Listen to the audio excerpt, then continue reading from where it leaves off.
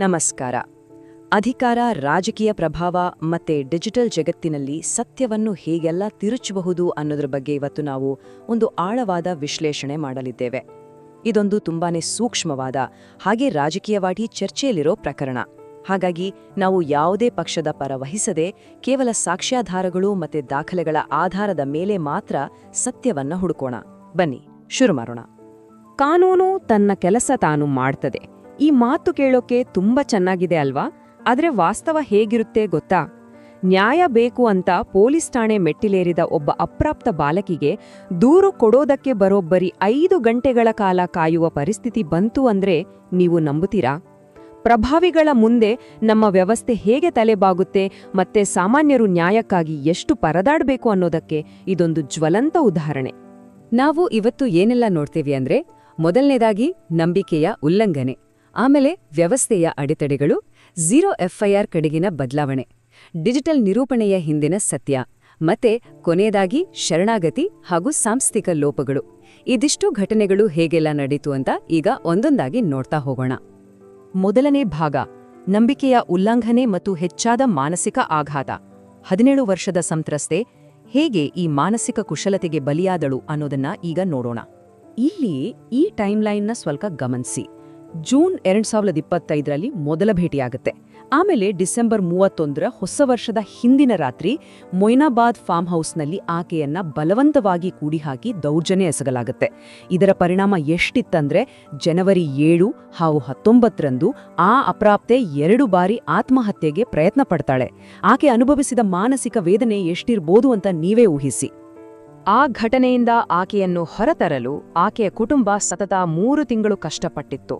ಆದ್ರೆ ಯಾವಾಗ ಆರೋಪಿ ಆಕೆಯ ಖಾಸಗಿ ಫೋಟೋಗಳನ್ನ ತನ್ನ ಸ್ನೇಹಿತರ ಜೊತೆ ಹಂಚಿಕೊಳ್ಳಕ್ಕೆ ಶುರು ಮಾಡಿದ್ನೋ, ಅಲ್ಲಿಗೆ ಎಲ್ಲವೂ ಮುಗ್ದೋಯ್ತು. ಆಕೆಯ 3 ತಿಂಗಳ ಚೇತರಿಕೆ ಸಂಪೂರ್ಣವಾಗಿ ನಾಶವಾಯಿತು. ಇದೇ ಫೋಟೋಗಳ ಸೋರಿಕೆ ಆಕೆಯ ಕುಟುಂಬ ಪೊಲೀಸ್ ಠಾಣೆ ಮೆಟ್ಟಿಲೇರುವಂತೆ ಮಾಡಿತು.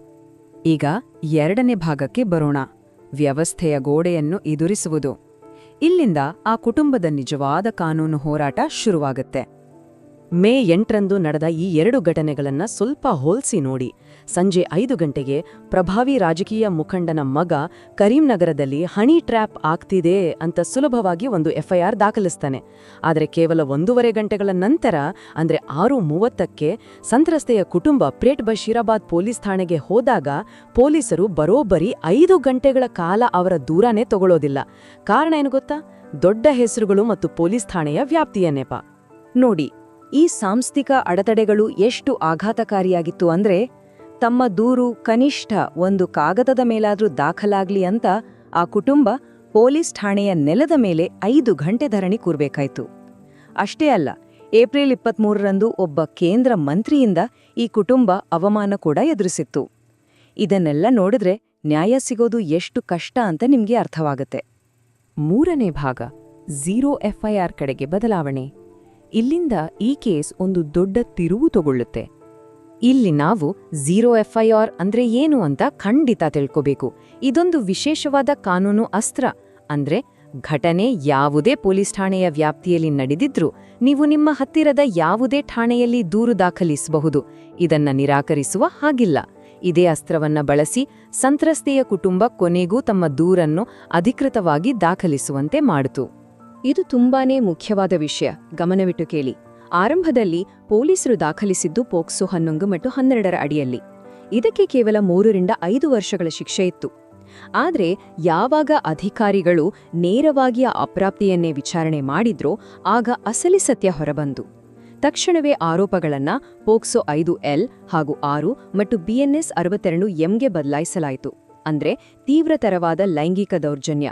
ಇದಕ್ಕೆ 20 ವರ್ಷದಿಂದ ಹಿಡಿದು ಜೀವಾವಧಿವರೆಗೂ ಶಿಕ್ಷೆ ಆಗಬಹುದು. ಇದು ಕೇಸಿನ ಗಂಭೀರತೆಯನ್ನೇ ಸಂಪೂರ್ಣವಾಗಿ ಬದಲಾಯಿಸಿತು. 4ನೇ ಭಾಗ, ಡಿಜಿಟಲ್ ನಿರೂಪಣೆಯನ್ನು ಅಸ್ತ್ರವನ್ನಾಗಿ ಮಾಡುವುದು. ಕಾನೂನು ಕುಣಿಕೆ ಬಿಗಿಯಾಗ್ತಿದ್ದ ಹಾಗೆ ಆನ್ಲೈನ್ನಲ್ಲಿ ಒಂದು ಹೊಸ ಆಟ ಶುರುವಾಯಿತು. ಒಂದು ಕಡೆ ಸಾರ್ವಜನಿಕರು ಆ ಅಪ್ರಾಪ್ತೆಗೆ ನ್ಯಾಯ ಸಿಗಬೇಕು ಅಂತ ಪ್ರಾಮಾಣಿಕವಾಗಿ ಆಕ್ರೋಶ ವ್ಯಕ್ತಪಡಿಸ್ತಾ ಇದ್ರೆ, ಇನ್ನೊಂದು ಕಡೆ ಹಣ ಕೊಟ್ಟು ನಿಲ್ಲಿಸಿದ ಇಂಟರ್ನೆಟ್ ಇನ್ಫ್ಲೂಯೆನ್ಸರ್ಗಳು ಕೃತಕವಾಗಿ ಬೇರೆನೇ ಕಥೆ ಕಟ್ಟೋಕೆ ಶುರು ಮಾಡಿದ್ರು. ಸಂತ್ರಸ್ತೆಯ ಕುಟುಂಬ 5 ಕೋಟಿ ರೂಪಾಯಿ ಡಿಮ್ಯಾಂಡ್ ಮಾಡ್ತಿದೆ ಅಂತೆ ಸುಳ್ಳು ಸುದ್ದಿಯನ್ನ ವ್ಯವಸ್ಥಿತವಾಗಿ ಹರಿಬಿಡಲಾಯಿತು. ಈ ಆನ್ಲೈನ್ ಗೇಮ್ ಎಲ್ಲಿಯವರೆಗೆ ಹೋಯಿತು ಅಂದ್ರೆ, ವಿಚಾರಣೆ ನಡೆಸುತ್ತಿದ್ದ ಮಹಿಳಾ ನ್ಯಾಯಾಧೀಶರಾದ ಟಿ ಮಾಧವಿಯವರ ಬಗ್ಗೆ ಸುಳ್ಳು ಆರೋಪಗಳನ್ನ ಮಾಡಿದ್ರು. ಸಂತ್ರಸ್ತೆಯ ಅಕೌಂಟ್ಗೆ 50,000 ರೂಪಾಯಿ ಕಳಿಸಿ ಆಕೆ ಅದನ್ನ ತಕ್ಷಣವೇ ವಾಪಸ್ ಮಾಡಿದ್ರೂ ಕೂಡ ಅದನ್ನೇ ಹಣ ಸುಲಿಗೆ ಅಂತ ಬಿಂಬಿಸಲಾಯಿತು. ಯಾವಾಗ ಈ ಸುಳ್ಳು ಬಯಲಾಯಿತು ಆಗ ಇನ್ಫ್ಲೂಯೆನ್ಸರ್ಗಳು ತಮ್ಮ ಪೋಸ್ಟ್ಗಳನ್ನೇ ಡಿಲೀಟ್ ಮಾಡಿದ್ರು. ನೋಡಿ, ಬೆಂಬಲಿಗರನ್ನ ಬೆದರಿಸೋಕೆ ಸೋಷಿಯಲ್ ಮೀಡಿಯಾನ ಹೇಗೆಲ್ಲ ಅಸ್ತ್ರವಾಗಿ ದುರ್ಬಳಕೆ ಮಾಡ್ಕೊಳ್ತಾರೆ ಅಂತ. 5ನೇ ಹಾಗೂ ಕೊನೆಯ ಭಾಗ, ಶರಣಾಗತಿ ಮತ್ತು ಸಾಂಸ್ಥಿಕ ಲೋಪಗಳು.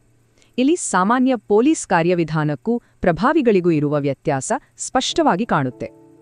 ಇಷ್ಟು ದಿನ ಸುಮ್ಮನಿದ್ದ ಪೊಲೀಸ್ ವ್ಯವಸ್ಥೆ ಯಾವಾಗ ಸಾರ್ವಜನಿಕ ಒತ್ತಡ ಹೆಚ್ಚಾಯ್ತೋ ಹಾಗೂ ಮುಖ್ಯಮಂತ್ರಿಗಳ ಕಡೆಯಿಂದ ಹೇಳಿಕೆ ಬಂತೋ ಆಗ ಎಚ್ಚೆತ್ತುಕೊಳ್ತು.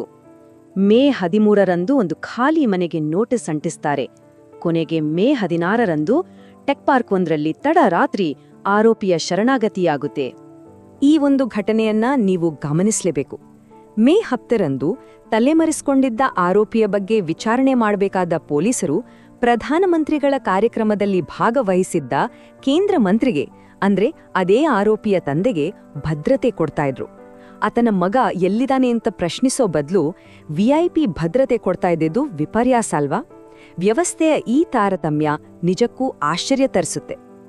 ಅರೆಸ್ಟ್ ಆದ್ಮೇಲೂ ಈ ಸಾಂಸ್ಥಿಕ ನಾಟಕ ಮುಗಿಯಲಿಲ್ಲ. ಆರೋಪಿಯನ್ನ ಯಾವುದೋ ಚೆಕ್ ಪೋಸ್ಟ್ನಲ್ಲಿ ಸೆರೆ ಹಿಡಿಯಲಾಯ್ತು ಅಂತ ಪೊಲೀಸರು ಸುಳ್ಳು ಕತೆ ಕಟ್ಟಿದ್ರು. ಆದ್ರೆ ವಾಸ್ತವದಲ್ಲಿ ಅದು ಶರಣಾಗತಿ. ರಾತ್ರಿ 2:15ವರೆಗೂ ನ್ಯಾಯಾಂಗ ಬಂಧನ ಪ್ರಕ್ರಿಯೆ ನಡೆತು. ಅಷ್ಟೇ ಅಲ್ಲ, ಆರೋಪಿ ತನ್ನ ಫೋನ್ನಲ್ಲಿದ್ದ ಡೇಟಾವನ್ನೆಲ್ಲ ವ್ಯವಸ್ಥಿತವಾಗಿ ಡಿಲೀಟ್ ಮಾಡಿದ್ದ ಅನ್ನೋದು ಫಾರೆನ್ಸಿಕ್ ವರದಿಯಿಂದ ಖಚಿತವಾಯಿತು. ಕೊನೆಗೆ ಮೇ 20ರಂದು ಬೇರೆ ದಾರಿ ಇಲ್ಲದೆ ಆರೋಪಿ ತನ್ನ ಜಾಮೀನು ಅರ್ಜಿಯನ್ನೇ ವಾಪಸ್ ಪಡಿತಾನೆ. ಇದೆಲ್ಲ ನೋಡಿದ್ಮೇಲೆ ಕೊನೆಯದಾಗಿ ಒಂದು ಪ್ರಶ್ನೆ ನಮ್ಮನ್ನ ಕಾಡುತ್ತೆ. ರಾಜಕೀಯ ಪ್ರಭಾವ ಮತ್ತು ಡಿಜಿಟಲ್ ಕುಶಲತೆ ಇವೆರಡೂ ಒಂದಾದಾಗ ವ್ಯವಸ್ಥೆಯ ವಿರುದ್ಧ ನ್ಯಾಯಕ್ಕಾಗಿ ಹೋರಾಡುವ ಒಬ್ಬ ಸಂತ್ರಸ್ತೆಗೆ ಆಗುವ ನಷ್ಟವಾದರೂ ಎಷ್ಟು? ಯೋಚನೆ ಮಾಡಿ. ಈ ತನಿಖೆಯಿಂದ ಹೊರಬಂದ ಸತ್ಯಗಳು ನಮ್ಮ ಸಾಂಸ್ಥಿಕ ವ್ಯವಸ್ಥೆಯ ಬಗ್ಗೆ ಅನೇಕ ಪ್ರಶ್ನೆಗಳನ್ನ ಹುಟ್ಟುಹಾಕ್ತವೆ. ಮುಂದಿನ ದಿನಗಳಲ್ಲಾದರೂ ಈ ವ್ಯವಸ್ಥೆ ಸಾಮಾನ್ಯರ ಪರವಾಗಿ ನಿಲ್ಲುತ್ತಾ? ಕಾದು ನೋಡಬೇಕು. ಈ ವರದಿಯನ್ನು ವೀಕ್ಷಿಸಿದ್ದಕ್ಕಾಗಿ ಧನ್ಯವಾದಗಳು.